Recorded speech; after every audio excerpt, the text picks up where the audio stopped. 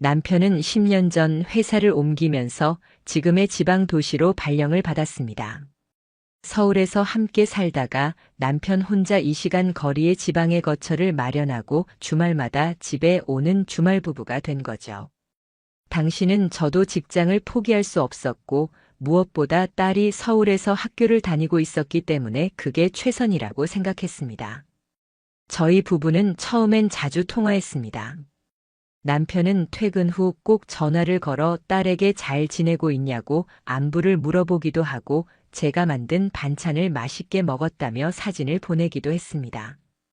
주말이면 금요일 저녁에 올라와 딸과 함께 영화를 보고 토요일에는 친정이나 시댁을 들렀고 일요일엔 세 식구가 같이 저녁을 먹고 다시 내려갔습니다.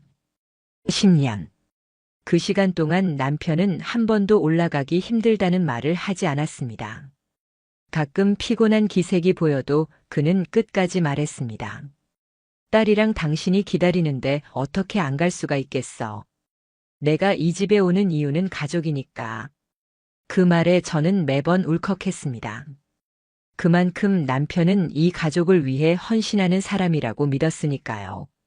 하지만 지금 돌아보면 그 모든 말은 저를 속이기 위한 포장지였다는 걸 알게 됐습니다. 처음 이상한 기운을 느낀 건 작년 겨울쯤이었습니다. 남편이 금요일 저녁이 아닌 토요일 오전에 올라오겠다고 하더군요. 출장이 좀 길어졌어. 어쩔 수 없네. 그 한마디에 저는 고개를 끄덕였습니다. 하지만 그게 그 다음 주에도 그 다음 달에도 반복됐습니다. 급기야 어떤 주말에는 아예 올라오지 않기도 했습니다. 몸살 기운이 좀 있어서 괜히 옮기면 안 되잖아. 그 말을 듣고 딸이 말했습니다. 아빠 목소리는 멀쩡하던데? 그래도 감기일 수도 있으니까. 저는 그렇게 둘러댔습니다. 아직까지는 남편을 믿고 싶었거든요. 아니, 정확히 말하면 믿고 있어야 저 자신이 무너지지 않을 것 같았어요. 그런데 어느 날 제 친한 친구이자 이웃인 혜정 언니가 무심코 이런 말을 하더군요. 내 남편 혹시 땡땡시에서 땡땡시 부부랑 자주 어울리니? 그 부부는 남편이 회사 사람들 중에서도 가장 친하게 지내는 커플로 알고 있었습니다. 제가 그럴걸요? 하고 넘기자 언니는 조심스럽게 말했습니다. 어제 땡땡 호텔 뷔페에서 땡땡씨 부인이랑 남편이 단둘이 있는 거 봤다더라. 나랑 아는 사람도 같은 날 거기 있었거든. 그 말을 듣는 순간 가슴이 철렁 내려앉았습니다. 하지만 저는 곧 억지로 웃으며 말했습니다. 설마요. 둘이 회사 행사 때문에 간 걸 수도 있죠. 제 입은 그렇게 말하고 있었지만 속에서는 이미 묘하게 꿰맞춰지기 시작한 조각들이 떠올랐습니다. 출장이라던 날 갑자기 연락이 안 됐던 시간, 카톡 읽씹이 부쩍 많아진 최근, 집에 올 때 항상 급하게 샤워부터 하는 습관, 주말에 입던 캐주얼한 셔츠가 낯설게 바뀌어 있던 것, 모든 것들이 이상했습니다. 하지만 증거는 없었습니다. 그리고 저는 증거 없이는 절대 입도 뗄 수 없는 사람입니다. 그날 밤 저는 딸이 잠든 후 남편에게 메시지를 보냈습니다. 다음 주엔 좀 일찍 올 수 있을까? 답장은 조금 늦게 왔습니다. 응. 다음 주엔 꼭 금요일에 갈게. 딸이랑 영화도 보고 싶다. 저는 핸드폰을 내려놓고 거실에 앉아 혼자 멍하니 생각했습니다. 그의 말 한마디, 표정 하나가 이제는 모두 의심으로 보이기 시작한 거죠. 하지만 제가 확실히 깨달은 건 그 다음 주였습니다. 토요일 오후 남편이 집에 왔고 혼자 작은 백을 들고 있었습니다. 그 가방 안에는 여성용 핸드크림과 립밤이 들어 있었습니다. 제가 이건 뭐야? 라고 묻자 남편은 웃으며 말했습니다. 동료 여직원이 준 건데 그냥 버리기도 그래서 넣어뒀어. 그 말은 너무도 자연스러웠고 저는 그 자리에서 아무 말도 하지 않았습니다. 하지만 그날 밤 저는 남편의 백에서 호텔 영수증 한 장을 발견하게 됩니다. 땡땡 호텔 902호. 룸서비스 결제 시간은 전날 밤 10시 47분. 그 시간 남편은 저에게 몸살 기운이 있다며 통화조차 하지 않았던 날입니다. 그날 저는 잠든 남편 옆에서 도저히 눈을 감을 수 없었습니다. 결국 그토록 믿었던 사람에게 제 모든 일상이 뒤집힐지도 모른다는 생각에 저는 밤새도록 숨죽여 울었습니다. 그때까지만 해도 몰랐습니다. 이게 단순한 외도가 아니라 또 다른 가정을 만든 사건이라는 것을요. 그날 이후로 저는 더 이상 이전의 제가 아니었습니다. 남편의 말에 의심을 갖기 시작한 순간 제 안의 모든 감정은 조용히 뒤틀리기 시작했습니다. 남편이 주말에 집에 올 때마다 그의 행동을 기록했습니다. 어떤 옷을 입었는지, 어떤 냄새가 났는지, 핸드폰을 손에 쥐고 있는 시간, 잠든 뒤에도 핸드폰을 어디에 두는지, 그의 일거수일투족은 이제 사랑의 대상이 아니라 관찰의 대상이 되어 있었습니다. 며칠 후 저는 조용히 서울 근처의 한 사설 탐정 사무소를 찾았습니다. 그곳에서 만난 여성 상담원은 오히려 제게 조심스레 물었습니다. 혹시 구체적인 의심 정황이 있으신가요? 그게 아니라면 의심으로 끝날 수도 있어요. 저는 가방에서 영수증과 호텔 이름이 찍힌 사진, 남편의 일정표 그리고 수상했던 날짜들에 표시한 메모지를 꺼냈습니다. 그녀는 조용히 고개를 끄덕였습니다. 아내분은 이미 절반의 퍼즐을 다 맞추신 상태네요. 탐정팀은 그 주부터 남편이 있는 땡땡시 인근 호텔 차량 위치, 그리고 그가 자주 만난다는 지인 부부의 아내를 중심으로 조사를 시작했습니다. 제게 그 부인의 이름은 참 익숙했습니다. 땡땡씨. 그녀는 몇 년 전 우리 집에 함께 식사를 하러 온 적도 있었고, 제가 직접 반찬을 싸서 남편에게 보내면 그녀가 잘 먹었어요 라며 감사 인사를 전하던 사람이었습니다. 그녀는 제 딸에게 이모라고 불려도 어색하지 않은 사람이었습니다. 일주일 후 탐정은 연락을 해왔습니다. 직접 보시는 게 좋을 것 같습니다. 저는 그 말을 듣고 무릎에 힘이 풀리는 것 같았습니다. 약속된 카페에서 그녀는 태블릿을 열어 사진 몇 장을 보여줬습니다. 남편과 그 여자 차량에서 함께 내리는 모습, 땡땡 호텔 커피숍에서 함께 앉아 있는 모습, 그 여자가 남편의 팔에 자연스럽게 손을 얹는 모습, 마지막으로 같은 방에 들어가는 장면이 찍힌 CCTV 캡처 화면, 그녀는 말했습니다. 이 호텔은 비즈니스 고객용이지만 주로 불륜 목적으로 단골들이 있는 곳입니다. 이 방은 902호, 2주 전과 이번 주에도 같은 날짜에 방문했습니다. 같은 요일? 제가 묻자 그녀는 고개를 끄덕였습니다. 목요일 밤마다요. 그 말에 제 기억이 스쳐 지나갔습니다. 목요일 저녁엔 회식이 많다. 목요일마다 일이 늦게 끝난다. 금요일엔 서울 가야 하니까 일찍 잘게. 그 말들은 모두 같은 요일을 피하기 위한 변명이었습니다. 그날을 제외하면 그는 늘 자연스럽게 대했기에 저는 그저 바쁜 남편 정도로만 받아들였던 것이죠. 가장 참기 힘들었던 건 그들의 행동이 단지 은밀한 관계가 아니었다는 사실이었습니다. 그들은 서로의 카드를 공유했고 같은 카페에서 반복적으로 데이트했으며 심지어 남편은 그녀의 아이 생일에도 참석한 기록이 있었습니다. 그 아이는 딸과 비슷한 또래였습니다. 탐정은 사진을 넘기며 말했습니다. 여기, 이건 지난달 사진인데요. 이 커플 아니, 두 분은 해당 여성의 가족 모임에도 함께 참석했습니다. 남편분은 단순한 관계를 넘어서 거의 부부처럼 행동하고 있었습니다. 그 말을 듣고 제 속에서 피가 끓는 것 같았습니다. 제가 어떤 삶을 살아왔는지, 이 가족을 지키기 위해 얼마나 애썼는지, 그는 알고도 그런 선택을 한 걸까요? 결혼 10년. 그 시간 동안 저는 그의 가족을 가족이라 믿었고, 그의 고된 생활을 함께 이겨낸 동반자라 믿었습니다. 하지만 그는 서울집에 저와 딸을 주말용 가족, 그리고 평일에 그 여자는 실제 생활 파트너로 나누고 있었던 겁니다. 그날 밤 저는 아이가 자는 방을 살며시 들여다보았습니다. 딸은 다음 주 고등학교 입학을 앞두고 있었고, 제게 언제나 친구 같은 존재였습니다. 그 아이를 보며 저는 이대로 모든 걸 폭로하면 아이가 다칠 수도 있다는 두려움도 들었지만, 더는 이 현실을 외면해선 안 된다는 생각이 더 컸습니다. 이건 단순한 불륜이 아니야. 내 가족의 서사를 통째로 지우려는 행동이야. 그날 이후 저는 조용히 준비를 시작했습니다.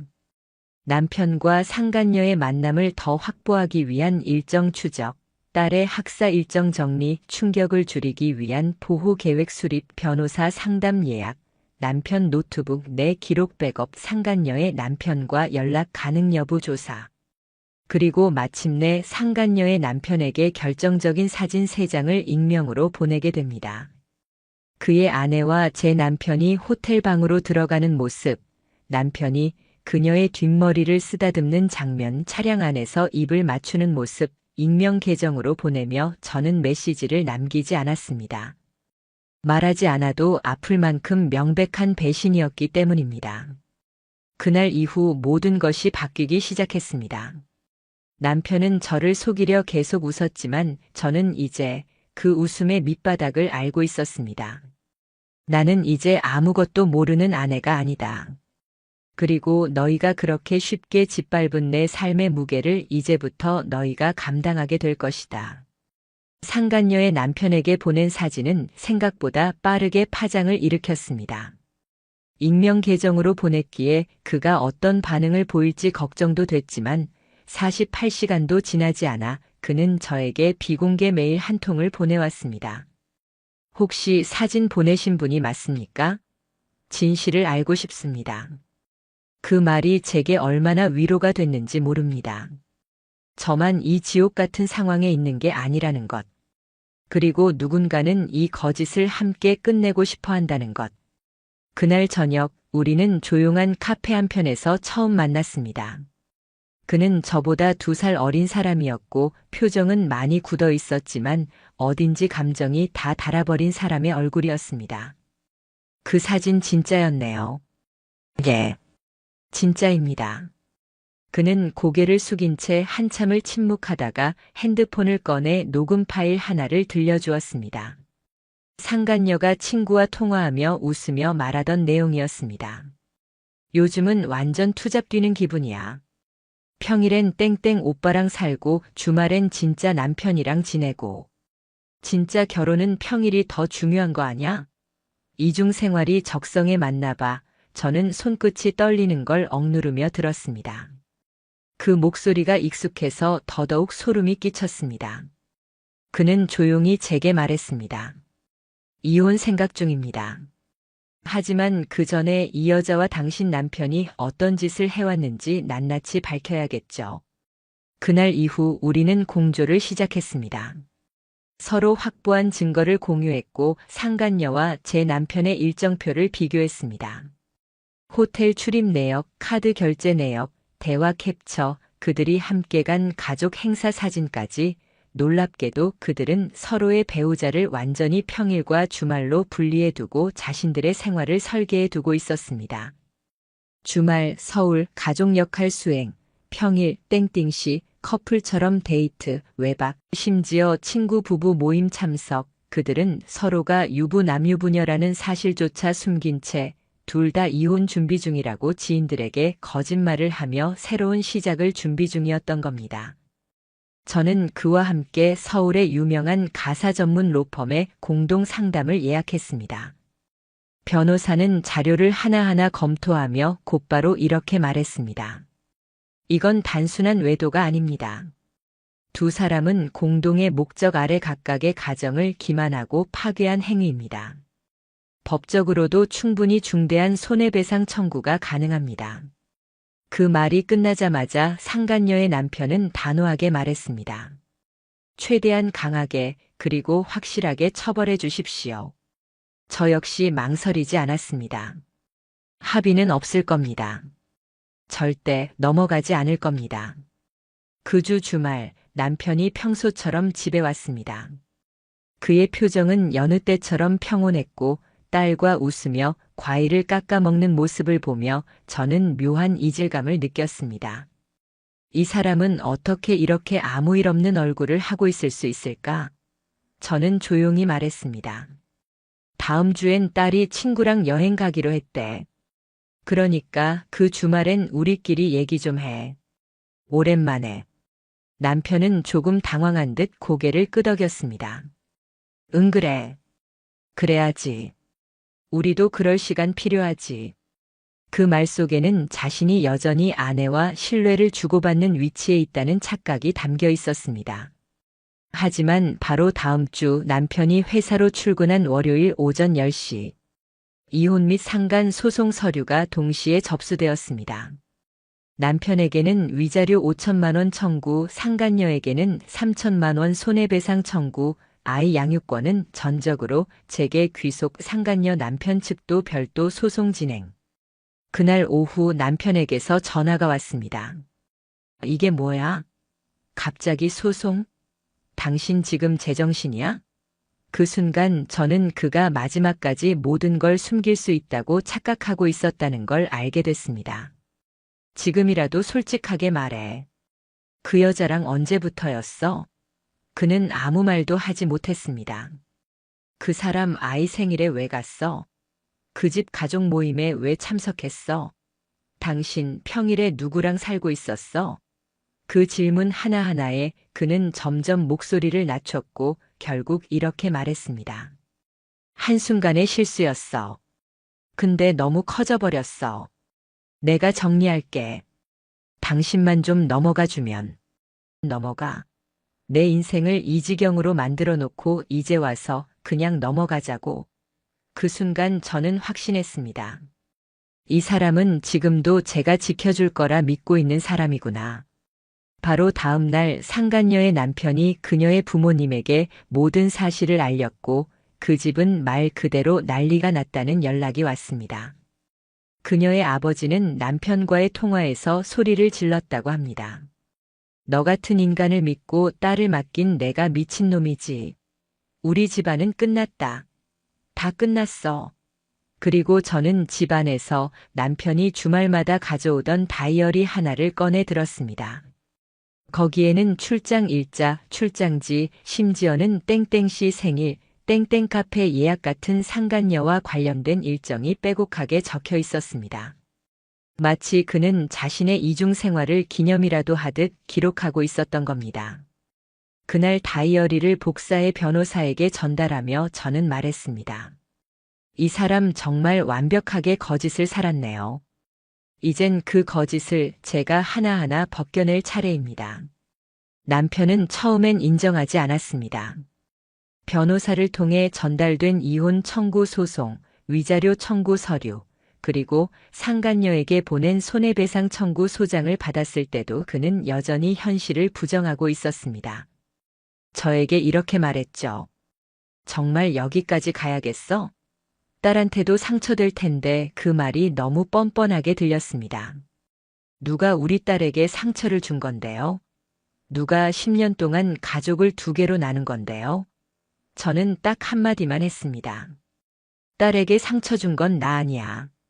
당신이 아주 오랫동안 그렇게 만들어 온 거야. 변호사 사무실에서는 증거를 하나씩 정리하며 재판 준비에 들어갔습니다. 호텔 출입 CCTV, 카드 결제 내역, 카카오톡 대화 캡처, 다이어리 사본, 상간녀의 지인 진술까지 확보했습니다. 놀라운 건 그들이 단순한 불륜 관계가 아니었다는 점입니다.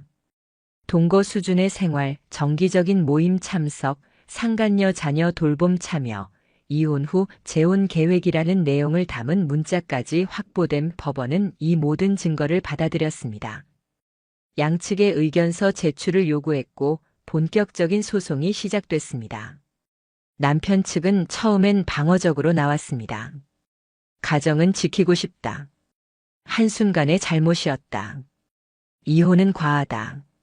그러나 상간녀의 남편이 낸 소장과 그녀의 휴대폰에서 확보된 사진 영상 증거들이 겹치면서 그들의 입장은 점점 흔들리기 시작했습니다. 결정적으로 무너진 건 법원에 제출된 문자 내역 중 이 문장 한 줄이었습니다. 당신 딸이 우리 아이랑 친해지면 좋겠다. 이런 게 진짜 가족 같아. 이 문장을 본 판사는 재판 중간 이렇게 말했습니다. 이 관계는 단순한 외도를 넘었습니다.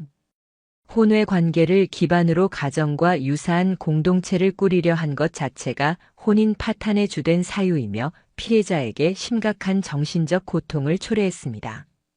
법정에서 저는 한마디도 울지 않았습니다. 흔들리지도 않았습니다. 그들을 바라보며 단지 이렇게 생각했죠. 이게 내가 만든 두 번째 가족의 결말이다. 판결은 명확했습니다. 이혼 청구 인용, 남편 측 책임 90%, 아내 10%로 인정, 양육권 및 친권 전부 아내에게 귀속, 면접 교섭은 월 1회 제한 조건으로만 허용. 위자료 판결 남편에게 4천만 원, 상간녀에게 3천만 원, 정신적 고통 및 가정 파탄에 대한 책임 인정. 재산 분할, 남편이 보유한 부동산 중 절반, 퇴직금 예상액 일부 선지급 명령, 혼인 중 아내가 기여한 재정적 책임 반영. 남편은 판결 직후 법정을 나와 복도에서 고개를 떨군 채 오랫동안 앉아 있었습니다. 그를 불쌍하다고 느낀 사람도 있었을지 모릅니다. 하지만 저는 단 한순간도 그를 동정하지 않았습니다. 이건 벌이 아니고 대가일 뿐이니까요. 그가 선택한 거짓의 끝을 이제서야 마주한 것뿐이니까요. 상간녀는 더 처참했습니다. 그녀의 남편은 이혼과 동시에 자녀 양육권을 가져갔고 상간녀는 직장에 소문이 퍼지며 직위 해제를 당했습니다. 그녀는 소송 중 사랑이라는 감정이 있었다고 항변했지만 판사는 이렇게 말했습니다. 사랑이라는 단어는 남의 가정을 파괴할 면죄부가 되지 않습니다. 정당하지 않은 관계에서 오는 감정은 법적으로도 인정받을 수 없습니다. 이후 저는 딸과 함께 새로 얻은 전셋집으로 이사했습니다. 작지만 따뜻한 공간이었습니다. 딸은 조심스럽게 묻더군요. 엄마, 우리 괜찮은 거지? 저는 딸의 손을 꼭 잡고 말했습니다. 괜찮아. 우리 이제 진짜 가족이야. 엄마는 너한테 부끄러운 짓 안 했으니까. 그리고 이젠 아무도 우리한테 거짓말 안 해. 딸은 고개를 끄덕였고 그날 밤 저는 아주 오랜만에 아무 죄책감 없이 눈을 감고 잠들 수 있었습니다. 하지만 이 이야기는 여기서 끝이 아닙니다. 그들이 받은 법적 판결만으로는 부족했습니다. 이제 남은 건 그들이 사회 속에서 어떤 모습으로 살아가게 되는지, 그리고 제가 어떻게 그 마지막까지 철저히 감시하고 끝냈는지 전해야 할 차례입니다.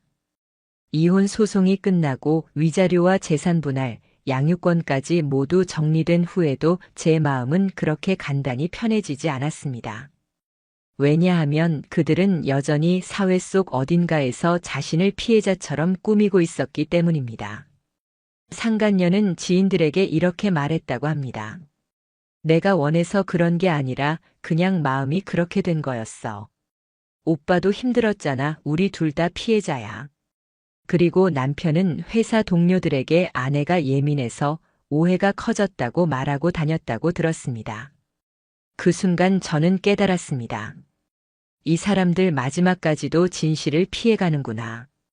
법적 판결을 받은 그 순간에도 그들은 여전히 자신들이 망가뜨린 가정을 사소한 감정 실수 정도로 치부하고 있었던 겁니다. 그래서 저는 복수를 멈추지 않기로 했습니다. 남편이 일하던 회사는 제법 규모 있는 중견 기업이었습니다. 그는 부서 장급이었고 평소 팀원들에게 좋은 상사로 알려져 있었죠.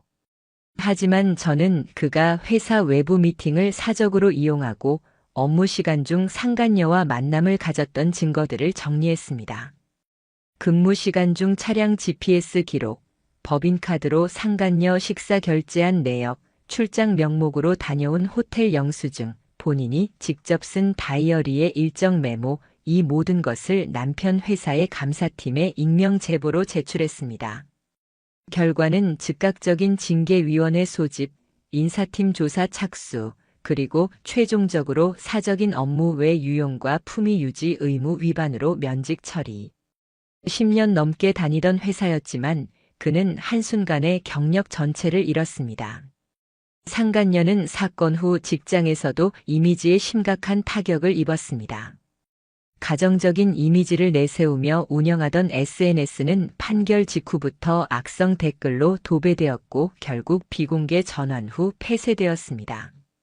그녀가 다니던 마케팅 회사는 내부적으로 리스크 관리를 이유로 그녀를 부서 이동시키고 최종적으로 권고 사직을 통보했습니다. 그녀의 가족은 해당 지역 커뮤니티에서도 불륜 부부로 불리기 시작했고 아이 학교에도 영향을 미쳤다는 항의가 들어왔다고 합니다. 민사소송이 끝난 후 저는 변호사와 함께 형사고소를 준비했습니다. 사유는 다음과 같습니다. 주거침입, 상간녀가 제 가족의 공간에 지속적으로 출입한 사실.